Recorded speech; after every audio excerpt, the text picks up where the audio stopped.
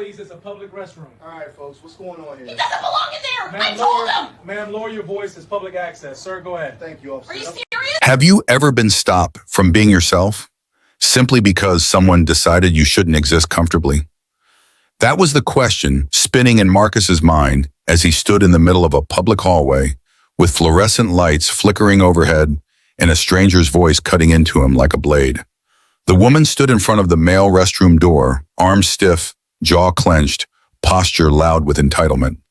Behind them, people slowed their steps, sensing tension. Marcus tried to breathe. His fingers trembled around his backpack strap. He wasn't new to confrontation, but this one hit differently because of how loudly she said it. "You're not going in that restroom," she barked, pointing at him with a shaking finger full of hatred and certainty. Marcus's heart hammered.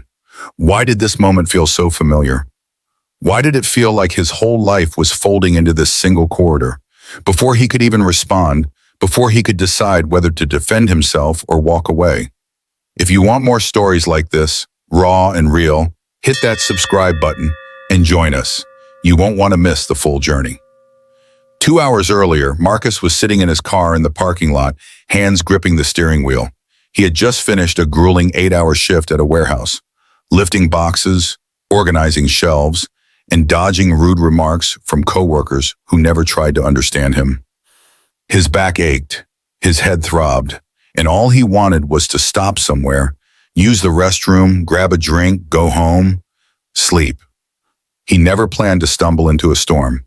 He stepped out of his car, adjusted his shirt, and whispered to himself, "Just get in, get out. No stress today." But life rarely respects intentions. Inside the public plaza, he walked slowly, deliberately, humming the tune of a song he used to sing before transition, a song he hadn't dared to voice in years. Humming calmed him, kept him grounded, made him remember who he fought to become. He saw the restroom sign at the end of the hallway. Male restroom. The sign always felt symbolic to him, like a promise of validation, a declaration that he was finally allowed to live as himself without shame. He smiled softly, relief washed through him. Then, a loud heel click, a sharp breath behind him, a presence filled with hostility. "Excuse me." Marcus turned. That was when he saw her, the woman who would become his barrier, his antagonist, his test.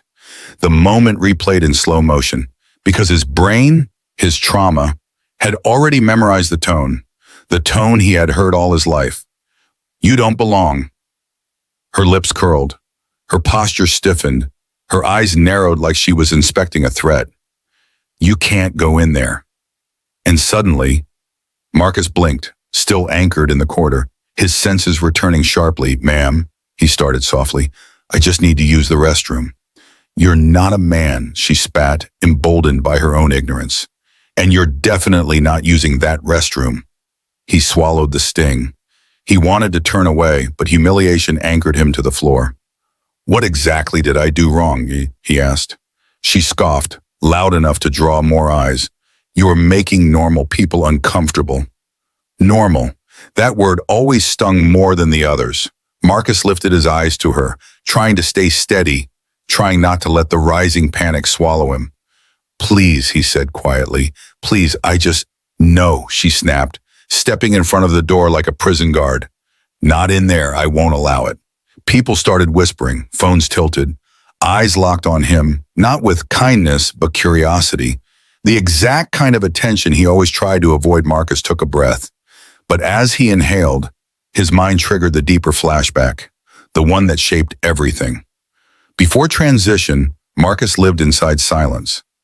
He never spoke too loudly, never made sudden movements, never took up too much space, because the world around him, family, church, school, never let him feel like his existence was allowed to be natural. He remembered mornings staring in the mirror, confused by the person looking back at him. He remembered praying for his voice to drop. He remembered wrapping his chest so tightly he could barely breathe. He remembered wishing people would call him by the name he whispered to himself at night. He remembered the first day he changed his name, the first day he walked into a men's restroom without fear, the first day he looked in a mirror and recognized himself. He had fought too long, too hard, too painfully to live in truth, only for a stranger to try to erase it with a single sentence. You're not a man. The memory burned. His stomach tightened. That old, familiar shame crawled up his spine. Marcus steadied his breathing. His throat tightened, but not from fear, from exhaustion. Ma'am, he said, forcing calm into his voice. I'm not harming anyone. I'm not bothering you. I'm just trying to use the restroom like anybody else. She folded her arms, glaring. You people always have excuses, always pushing your nonsense. You're confused, and now you want to confuse everyone else. You people, Theo. There it was again, the racism layered beneath the transphobia. The stereotypes piled on top of each other. Marcus felt his fists clench, not because he wanted to fight, but because he was fighting not to break, or people slowed to watch. Some whispered, some filmed, some stared in that uncomfortable, curious way strangers do when they expect a spectacle. He hated that. He hated being someone's entertainment. But then, a soft voice from behind. Ma'am, leave him alone. Everyone turned, and that was when the turning point began. The speaker was an older white man, probably mid-60s, gentle eyes, heavy steps. He had walked past earlier and said nothing, yet he had been listening, observing. Ma'am, he repeated. You're harassing him. He's not bothering you. Let the man whoopee. The woman's head snapped toward him. You don't understand. No, he interrupted. I understand perfectly. Then the security guard, who had been quietly watching from the corner, stepped nearer. He's allowed to use whichever restroom aligns with his gender, the guard said calmly. It's the law, and you can't block him. The woman blinked, shocked that authority wasn't on her side. More voices joined. Let him go in. He's done nothing wrong. You're the one causing a scene. The crowd grew, not hostile, but corrective, unified, protective. Marcus felt something unfamiliar stir in his chest. Support, humanity, real, tangible humanity. The woman's confidence cracked. She stumbled backward, embarrassed, her certainty dissolving in public scrutiny. She muttered something hateful under her breath and stepped aside. Marcus hesitated. His heart was still racing. His throat was dry. But he moved. One step, then another, until his hand touched the restroom door. He paused, turned to the people defending him, and nodded softly. Thank you. Then he walked inside. Inside the restroom, Marcus leaned against the sink, breathing deeply. Not because he had one, but because he had survived. Because he didn't crumble. Because strangers stood up for him when he expected silence. Because the world, even in its cruelty, still held pockets of goodness. He splashed water on his face, looked at his reflection. For years, he avoided mirrors. They showed someone he didn't recognize. But now he saw himself, a man who fought to exist, a man who fought to be seen, a man who refused to shrink for anyone's comfort. He stepped out minutes later. The hallway was calmer. The woman had disappeared, but the older man was still there. He gave Marcus a warm, quiet nod. You handled yourself well, he said. Don't let people like that break you. Marcus swallowed hard. Thank you, he whispered. Not just for the words, but for the humanity behind them. He walked away from the building, the late afternoon sun brushing his skin. The world was still imperfect. Prejudice still existed.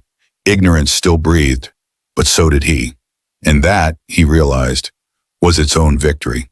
The question from the beginning returned. Have you ever been stopped from being yourself simply because someone decided you shouldn't exist comfortably? Marcus had, but he also learned something powerful. When the world tries to erase you, sometimes strangers will step forward, draw a line in the sand and say, no, not today. And in those moments, humanity wins, even if just for a little while. What about you? Would you stand up if you saw someone being erased just for being themselves? If you believe in stories like Marcus's and want more, hit that subscribe button now and join our community of witnesses and changemakers.